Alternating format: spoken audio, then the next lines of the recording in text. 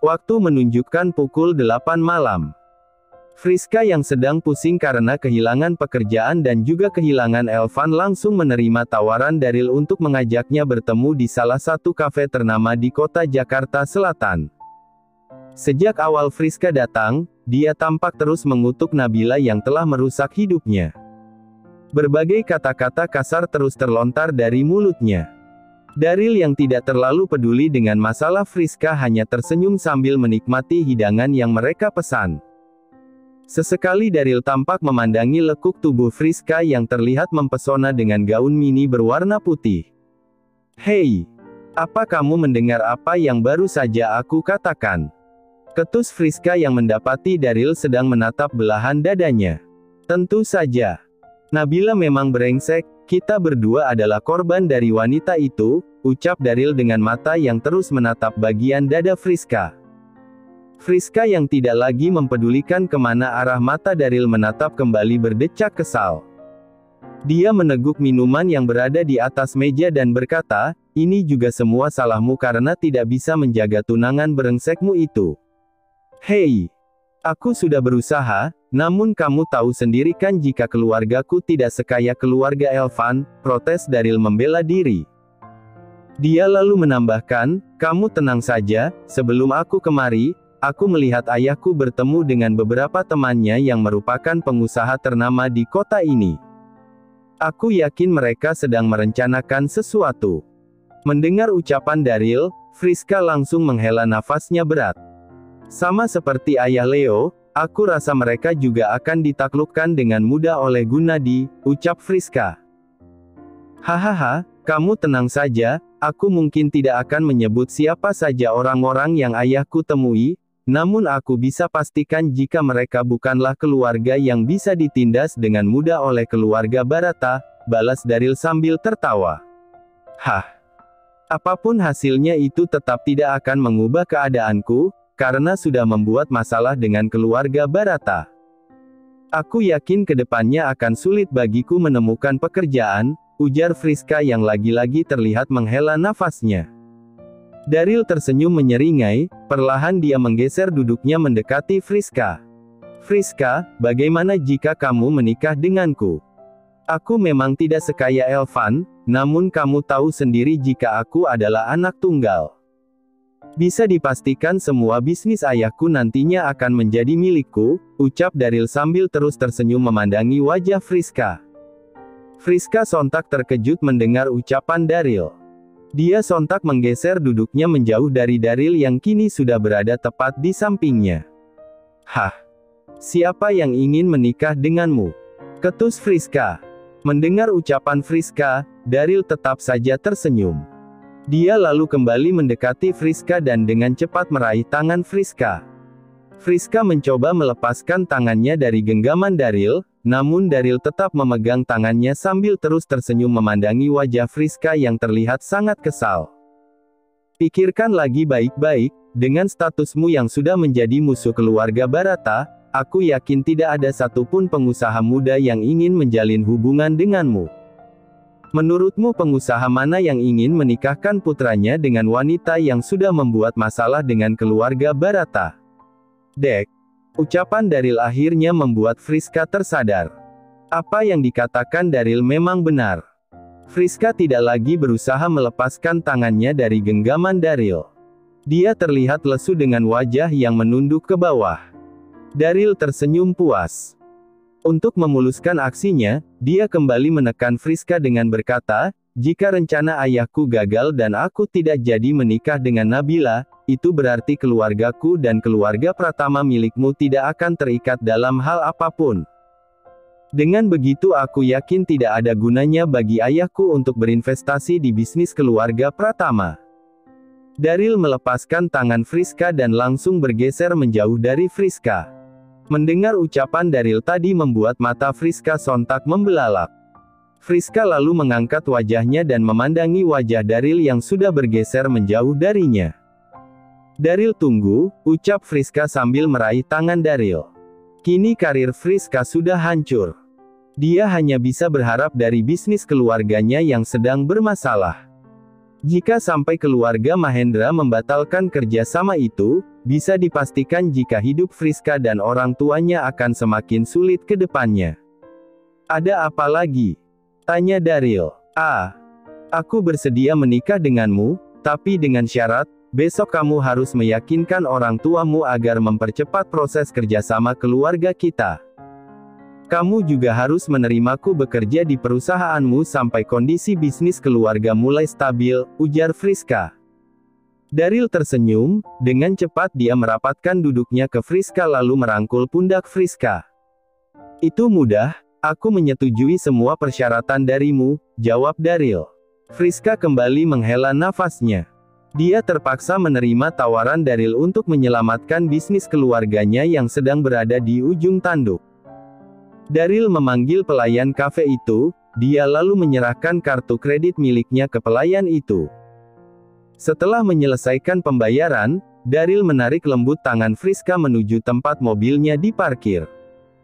Begitu tiba di basement, Daryl membuka pintu penumpang dan mempersilahkan Friska masuk. Setelah itu, dia beranjak menuju kursi pengemudi lalu ikut masuk ke dalam mobil miliknya. Kemana kita akan pergi? Tanya Friska. Ke hotel, kamu tahu, kan sudah lama aku ingin kembali mencicipi tubuh indahmu itu, balas Daryl sambil tertawa kecil. Friska terdiam. Dia tidak bisa lagi menolak permintaan Daryl yang kini memegang kendali atas masa depan dari bisnis keluarga Pratama. Daryl menghidupkan mesin mobilnya. Dia tampak melihat posisi CCTV dan kondisi basement yang terlihat cukup sepi. Hei, Friska, bagaimana jika kita melakukannya di tempat ini? Aku sudah tidak tahan karena terus melihat keindahan tubuhmu, ucap Daryl sambil tersenyum dengan tatapan mesum ke Friska. Friska sontak tercengang. Dia lalu menoleh ke Daryl. Apa kamu gila? Bagaimana jika seseorang melihat kita? Protes Friska. Aku tidak memintamu berhubungan badan denganku di tempat ini. Aku hanya ingin kamu melayaniku dengan ini, balas Daryl sambil menyentuh bibir Friska.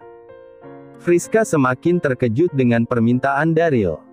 Kedua alisnya menekuk tanda bahwa dia tidak ingin melakukan permintaan gila Daryl. Hah? Sepertinya kamu tidak berniat mengikuti permintaanku. Baiklah, mungkin lebih baik kita lupakan saja pembicaraan kita tadi. Aku akan langsung mengantarmu pulang ke rumahmu, ucap Daryl. Sialan. Batin Friska mengumpat Daryl. Dia tentu saja tidak mau melakukan permintaan Daryl, namun saat ini dia benar-benar bergantung dengan Daryl. Dengan wajah yang terlihat lesu, Friska akhirnya menyetujui permintaan Daryl. Baiklah, mari selesaikan ini dengan cepat, ucap Friska lirih. Daryl tersenyum puas. Kini Friska benar-benar sudah berada di dalam genggamannya. Ia lalu mengecup kening Friska yang sudah terlihat pasrah lalu pindah ke kursi belakang mobilnya bersama Friska. Di kediaman Elvan, Aaron dan Gunadi berkumpul bersama Elvan dan yang lainnya di ruang keluarga. Aaron dan Gunadi duduk di sofa sementara Elvan dan yang lainnya duduk melantai di karpet yang memang cukup tebal. Hanya Chintami yang tidak ikut bergabung karena menidurkan Kelvin yang sudah kelelahan setelah acara pertunangan Ivan dan Nabila tadi. Di ruang keluarga itu, Aaron memberitahu Elvan dan yang lainnya jika acara tunangan ini tiba-tiba terjadi karena permintaan Kelvin. Javin, Billy, Alexa, dan Brian tertawa sambil bertepuk tangan saat mendengar itu, sementara Elvan dan Nabila terlihat saling menatap sambil tersenyum satu sama lain. Ivan, Nabila, tadi aku sudah berbicara dengan Aaron. Menurut kami berdua, minggu depan kalian sebaiknya menyelesaikan urusan kalian di villa milik Cakra yang berada di Bogor, ucap Gunadi. Oh, kalian sebaiknya membawa Kelvin. Aaron yakin jika kehadiran Kelvin di sana akan membantu kalian, sambung Gunadi disertai anggukan kepala oleh Aaron yang membenarkan ucapan Gunadi. Membantu bagaimana? Tanya Elvan yang penasaran dengan ucapan Gunadi. Tuan Elvan, aku tidak tahu pasti tentang hal itu, namun feelingku mengatakan jika kehadiran Kelvin akan membantu penyelidikan kalian di sana, jawab Aaron. Ivan yang masih belum mendapatkan jawaban dari pertanyaannya hanya bisa menganggukkan kepalanya begitu mendengar penjelasan dari Aaron. Aku dan Billy akan membantu Tuan Elvan dan Nona Nabila, ucap Javin. Alexa yang mendengar itu langsung menunduk lesu. Dia lalu meminta maaf kepada Elvan dan Nabila karena tidak bisa ikut ke villa itu. Maaf, sepertinya aku tidak bisa menemani kalian di sana, ucap Alexa pelan dengan ekspresi wajah yang terlihat sangat sedih. Alasan Alexa yang tidak bisa ikut ke sana karena khawatir dia tidak bisa menahan luapan emosinya saat melihat koleksi pribadi dari pria yang dulu dia sayangi. Nabila meraih tangan Alexa, dia lalu tersenyum kepada Alexa.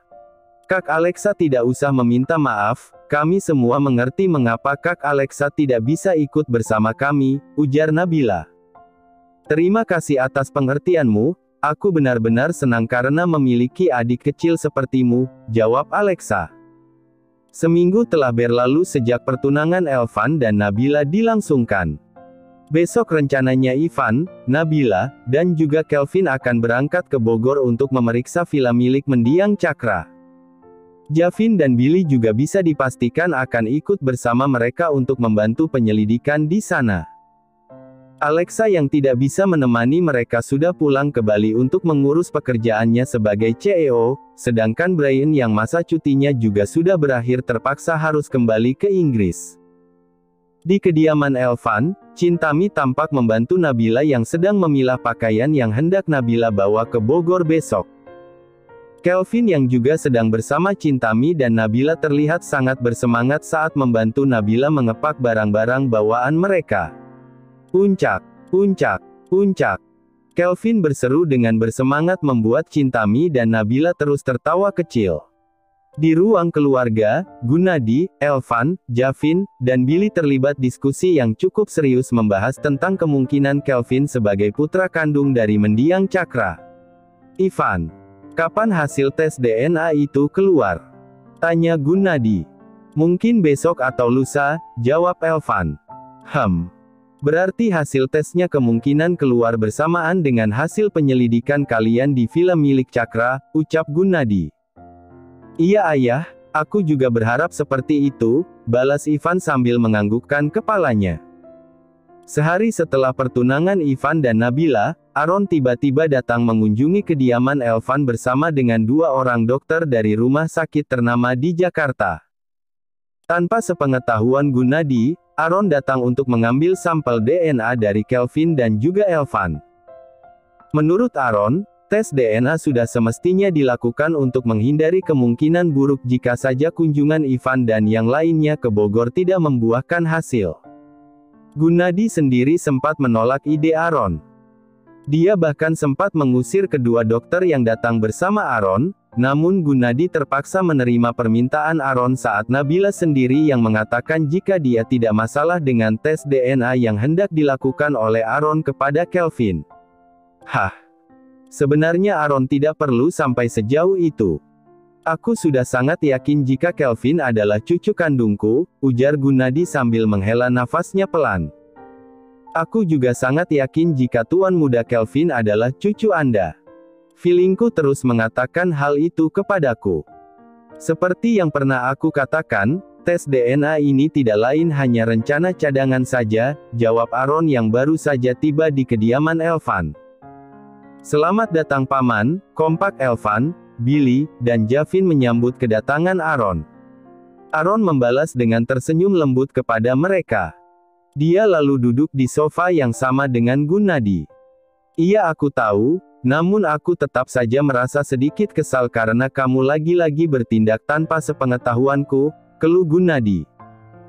Maafkan aku Tuan Gunadi, hanya saja akhir-akhir ini aku merasa jika Anda sedikit lambat dalam mengurus masalah penting seperti ini, balas Aaron sambil menepuk halus pundak Gunadi.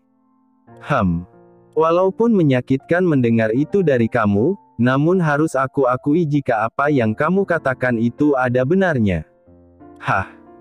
Mungkin memang sudah saatnya aku menyerahkan semua urusan kepada Ivan, ucap Gunadi yang lagi-lagi menghela nafasnya berat. Mari kita sampingkan dulu masalah tes DNA Tuan Muda Kelvin, Tuan Gunadi. Ini adalah beberapa rekomendasi tempat untuk acara pernikahan Tuan Muda Elvan dan Nona Nabila, ucap Aaron sambil menyerahkan daftar nama hotel ternama dari berbagai negara. Ivan, Javin, dan Billy sontak terkejut mendengar ucapan Aaron. Paman Aaron, jangan-jangan Tuan Ivan dan Nona Nabila akan menikah besok? Tanya Javin dengan ekspresi wajah tercengang. Ivan dan Billy yang juga ikut tercengang kompak menganggukkan kepala mereka. Tidak heran bagi mereka jika Aaron tiba-tiba memajukan acara pernikahan Ivan dan Nabila. Gunadi yang sedang membaca daftar yang diserahkan Aaron sontak menoleh ke Javin. Dia langsung tertawa begitu melihat ekspresi wajah Ivan, Javin, dan Billy. Hahaha, mengapa kalian memasang wajah seperti itu? Ucap Gunadi sambil terus tertawa. Aaron yang duduk di samping Gunadi juga ikut tertawa. Dia lalu menoleh ke Javin dan berkata, "Kamu tenang saja, Tuan Gunadi yang memintaku untuk membuat daftar ini," sambil tertawa. Ivan, Javin, dan Billy langsung menghela nafas lega. Seminggu yang lalu, Aaron tiba-tiba muncul dan meminta Ivan dan Nabila untuk bertunangan. Aaron juga tiba-tiba muncul keesokan harinya dan langsung meminta Ivan dan Kelvin untuk melakukan tes DNA. Bisa dimengerti jika mereka bertiga mengira jika Aaron akan meminta Ivan dan Nabila untuk menikah besok. Tak. Samar-samar terdengar suara langkah kaki mendekat ke ruang keluarga tempat Ivan dan yang lainnya berada. Javin sontak menoleh dan mendapati Nabila sedang tertunduk dengan wajah kemerahan. Javin bisa langsung menebak jika Nabila juga tadi mendengar percakapan mereka tentang pernikahan. Tiba-tiba sebuah ide terbesit di kepala Javin. Dia menoleh ke Ivan dan berkata, "Tuan Ivan, mengapa kamu terlihat lega? Apakah Tuan Ivan tidak berniat menikahi Nona Nabila secepatnya?" tanya Javin. Mendengar pertanyaan Javin, Nabila sontak berhenti melangkah. Gunadi dan Aaron yang sudah bisa melihat kedatangan Nabila langsung tersenyum dan tertawa kecil karena bisa menebak jika Javin lagi-lagi ingin mengerjai Ivan. "Ah, tentu saja tidak seperti itu," jawab Ivan. "Lalu?" tanya Billy yang juga menyadari kehadiran Nabila di belakangnya. "Oh, aku tahu," ucap Javin sambil mengangkat tangannya ke atas. Sepertinya Tuan Ivan mulai menyesali karena harus melepas status lajangnya. "Itu berarti dia sudah tidak bisa bermain-main dengan wanita lain," sambung Javin sambil bergerak mundur menjauh dari Ivan. Nabila sontak terkejut mendengar jawaban Javin. Dia langsung menatap Ivan dengan mata yang membelalak. "Sayang," seru Nabila yang sontak membuat Ivan terkejut. Ivan yang terkejut mendengar suara Nabila perlahan menoleh ke belakang. Nabila, jadi kamu?" ucap Nabila. "Ah, tidak. Aku tidak." Ivan menjadi terbata-bata. Dia dengan cepat menoleh ke Javin yang sedang tersenyum mengejeknya. "Hei sialan. Mengapa kamu mengatakan hal tidak masuk akal seperti itu? Sejak kapan aku bermain-main dengan wanita lain?" teriak Ivan. Javin tidak menjawab. Dia yang sudah menjauh dari tempat Ivan berada terus tersenyum meledek Ivan yang salah tingkah. "Sayang, Javin hanya bercanda, benar kan Billy?" tanya Ivan yang mencari pembelaan melalui Billy. Nabila yang sedang menatap tajam ke Ivan langsung menoleh ke Billy. "Apa yang Tuan Ivan katakan benar, Javin hanya bercanda. Mana mungkin Tuan Ivan bermain-main dengan wanita lain," ucap Billy. Namun sesaat setelah Billy mengatakan itu, wajahnya tiba-tiba tercengang seperti mengingat sesuatu yang penting. "Ah, bisa jadi karena itu," sambung Billy dengan wajah terperangah sambil menutup mulutnya. Billy lalu menoleh ke Nabila yang ikut terkejut melihat reaksinya. "Maaf Nona Nabila, aku tidak bisa membocorkan informasi penting ini," ujar Billy yang langsung beranjak dari duduknya sambil tetap menutup mulutnya. Mata Nabila kembali membelalak memandangi Ivan yang gelagapan, sedangkan Ivan langsung menerjang Billy yang dengan sigap melompat menghindari Ivan.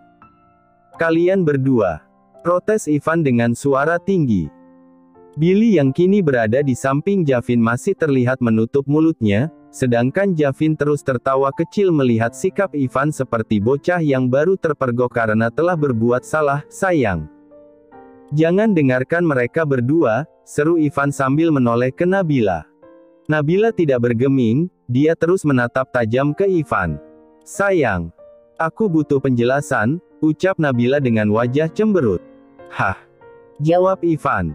Ivan lalu menoleh ke Javin dan Billy, kalian berdua harus bertanggung jawab. Teriaknya yang lalu berusaha menangkap mereka berdua. Akhirnya kejar-kejaran kembali terjadi di kediaman Ivan. Sambil tertawa, Javin dan Billy terus berupaya menghindari Ivan. Chintami yang baru menidurkan Kelvin ikut bergabung di ruang keluarga. Dia terlihat menggelengkan kepalanya melihat kelakuan Ivan, Javin, dan Billy yang masih terlihat seperti anak-anak. Hah? Kali ini apa lagi yang mereka lakukan? Ucap Chintami sambil menepuk halus pundak Nabila. Ibu. Javin dan Billy mengatakan jika Ivan sering bermain-main dengan wanita lain, ucap Nabila manja. Chintami sontak tertawa melihat ekspresi wajah cemburu Nabila. Sambil mengelus kepala Nabila, dia berkata, ibu mengatakan ini bukan karena membela Ivan, tapi kamu tenang saja, sepengetahuan ibu, Ivan tidak pernah dekat dengan wanita lain. Coba lihat kelakuan mereka bertiga, sikap mereka masih seperti anak-anak. Jika bukan karena Olma, ibu yakin Billy juga masih lajang sampai saat ini, terang Chintami. Nabila tampak bernafas lega setelah dia mendengar penjelasan dari Chintami. Hahaha, putriku. Ini pertama kalinya aku melihat kamu cemburu, ucap Gunadi yang sontak membuat Nabila tersadar akan sikapnya tadi. Tuan Gunadi, mereka berdua saling memanggil dengan sebutan, sayang. Mereka berdua bahkan tidak berusaha menutupi hal itu. Aku rasa kita perlu mempercepat waktu pernikahan mereka, ujar Aaron yang ikut menggoda Nabila. Chintami sontak tertawa mendengar ucapan Aaron dan Gunadi, sedangkan Nabila terlihat menutup wajahnya dengan kedua telapak tangannya karena menahan malu atas tindakannya tadi. Beberapa menit kemudian, mereka semua kembali berkumpul di ruang keluarga. Mereka semua mendiskusikan persiapan Ivan dan yang lainnya yang hendak mengunjungi Villa Cakra di Bogor. Javin, bagaimana dengan persiapanmu? Apakah kamu sudah menyiapkan pakaian yang hendak kamu bawa besok? Tanya Chintami. Nyonya besar tidak perlu khawatir, aku akan menyiapkan semuanya setelah pulang nanti. Aku yakin mereka berdua juga belum menyiapkan pakaian mereka, balas Javin sambil menunjuk Ivan dan Billy yang duduk di sampingnya. Billy menjawab ucapan Javin dengan menunjukkan cincin pernikahan yang melekat di jari manisnya. Dengan wajah yang mengejek, dia berkata, maaf Javin, aku sudah menikah. Jadi, istriku yang menyiapkan semua itu. Javin tercengang. Dia baru kembali tersadar jika Billy sudah tidak lajang lagi seperti dirinya. Dengan wajah yang masih terkejut, Javin lalu menoleh ke Ivan. Ivan menundukkan kepalanya, sambil menghela nafasnya pelan. Ivan menepuk halus pundak Javin. Hah? Calon istriku yang menyiapkan semua itu. Maaf, aku tidak lagi lajang seperti dirimu, ucap Ivan yang lalu tersenyum menyeringai mengejek Javin. Tuan Ivan. Kamu juga. Balas Javin. Hahaha, Javin. Kamu sepertinya sudah harus mencari calon pendamping. Gunadi tertawa lepas saat mengatakan itu kepada Javin. Aaron yang duduk di samping Gunadi juga ikut tertawa melihat ekspresi wajah Javin yang seakan dikhianati oleh Ivan dan Billy. Javin. Bagaimana jika kamu menikahi Alexa? Tanya Chintami yang langsung membuat Nabila menganggukkan kepalanya dengan sangat bersemangat. Ivan, Billy, Gunadi, dan Aaron sontak terdiam saat mendengar ucapan Chintami. Mereka berempat sontak menutup mulut mereka sambil memalingkan wajahnya karena menahan tawa. Javin yang sedang duduk di sofa beranjak dari duduknya. Dia lalu berlutut di depan Chintami dan membungkukkan badannya di depan Chintami. Nyonya besar. Tidak. Maksudku Bib. Jika aku punya salah tolong maafkan diriku. Aku berjanji akan menjadi anak yang baik dan tidak nakal lagi, seru Javin dengan suara lantang. Chintami dan Nabila langsung saling menatap. Mereka berdua terlihat kebingungan dengan sikap Javin yang tiba-tiba seperti itu. Javin, tidak ada yang perlu dimaafkan, mengapa kamu bersikap seperti ini? Tanya Chintami. Jika tidak ada yang perlu dimaafkan, lalu mengapa Bibi menghukumku dengan menikahi Alexa si pawang singa? Mewahahaha. Ivan, Billy, Gunadi, dan bahkan Aaron yang merupakan ayah sambung Alexa kompak tertawa setelah mendengar ucapan permohonan Javin. Chintami yang terkejut langsung beranjak dari duduknya dan menjewer pelan telinga Javin. Pawang singa. Alexa itu sudah kuanggap seperti putriku sendiri, bisa-bisanya kamu mengatakan itu di hadapanku, protes Chintami. Nabila yang juga sudah mengetahui bagaimana sikap Alexa ketika bersama Ivan, Javin, dan Billy juga tampak memalingkan wajahnya. Dia berusaha menahan tawa karena ucapan Javin yang mengatakan Alexa adalah pawang singa. Bibi, ampuni aku. Coba lihat di sana, Paman Aaron sepertinya setuju dengan apa yang baru saja aku ucapkan, ucap Javin sambil menunjuk Aaron yang juga ikut tertawa lepas. Chintami yang masih menjewer telinga Javin perlahan menoleh ke Aaron. Matanya melotot saat melihat Aaron ikut menertawakan Alexa. Aaron, protes Chintami. Maafkan aku nyonya. Aku, hahaha. Aaron kembali tertawa. Dia sadar jika putri sambungnya itu memang bersikap layaknya diktator yang berkuasa di kelompok Ivan. Dia mau tidak mau harus mengakui jika apa yang disampaikan Javin benar adanya. Hahaha, sudah. Mari kita bicarakan tentang pernikahan Javin dan Alexa lain kali. Saat ini bagaimana jika kita kembali fokus ke permasalahan Cakra, ujar Gunadi sambil berusaha mengatur nafasnya karena terus dibuat tertawa oleh Javin. Chintami menghela nafasnya pelan. Dia lalu melepas telinga Javin dan kembali duduk di samping Nabila. Beberapa saat kemudian, mereka kembali terlibat diskusi yang cukup serius. Dalam diskusi itu, Gunadi menyampaikan rencana cadangan apabila penyelidikan Ivan dan yang lainnya tidak membuahkan hasil di Bogor. Ivan, jika kalian tidak menemukan apapun di villa milik Cakra, ayah berencana memintamu ke Jerman untuk bertemu Austin. Kamu bisa membawa Nabila ikut bersamamu. Aku yakin kamu bisa mendapatkan petunjuk di sana, ucap Gunadi. Aaron mengangguk setuju. Dia lalu berdiri dari duduknya dan menyerahkan beberapa dokumen kepada Ivan yang berisi tempat yang pernah disinggahi Cakra di Eropa. Ivan, Javin, dan Billy melihat isi dokumen itu bersama-sama. Alis mereka mengernyit tajam saat menyadari ada yang aneh dari pola pergerakan Cakra. Ayah, bukankah ini terlihat menghindari sesuatu, kan, Ivan? Ada beberapa hal yang akan ayah sampaikan kepadamu. Untuk saat ini, kamu sebaiknya fokus ke villa milik Cakra di Bogor terlebih dahulu, balas Gunadi. Ivan mengangguk pelan. Dia lalu menyerahkan dokumen itu kepada Billy. Baik ayah, jawab Ivan. Gunadi lalu menoleh ke Aaron yang sedang duduk di sampingnya. Aaron, bagaimana dengan Henry dan Aditya? Kamu tahu kan jika Nabila masih berstatus sebagai tunangan putra Henry? Tanya Gunadi. Aaron menepuk jidatnya sendiri. Dia yang selama seminggu ini sibuk menyelidiki penyebab kematian Gilang benar-benar melupakan keberadaan Henry dan Aditya. Maafkan aku Tuan Gunadi, aku benar-benar melupakan kedua cecunguk itu, Aaron menjawab. Ini tidak akan lama, mohon tunggu sebentar, sambung Aaron yang lalu mengambil ponsel dari dalam sakunya. Aaron tampak mengirim pesan kepada seseorang. Tak berselang lama, bunyi notifikasi pesan masuk terdengar dari ponselnya. Aaron tersenyum menyeringai saat membaca pesan masuk yang ternyata dari bawahannya yang sedang memantau pergerakan Henry dan Aditya.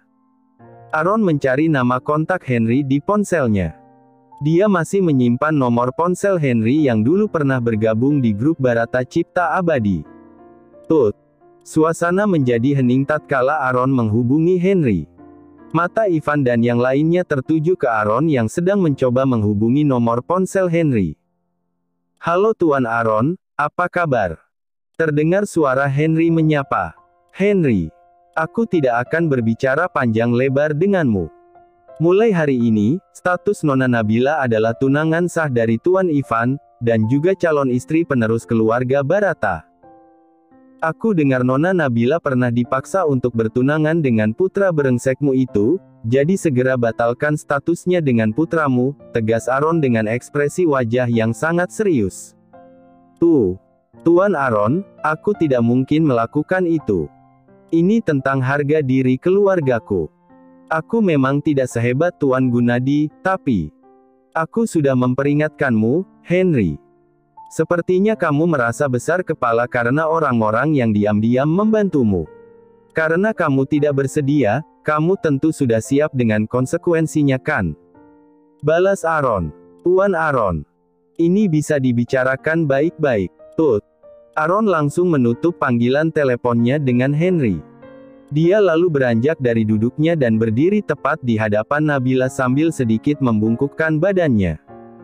"Nona Nabila, maafkan aku atas tindakan yang terpaksa aku ambil.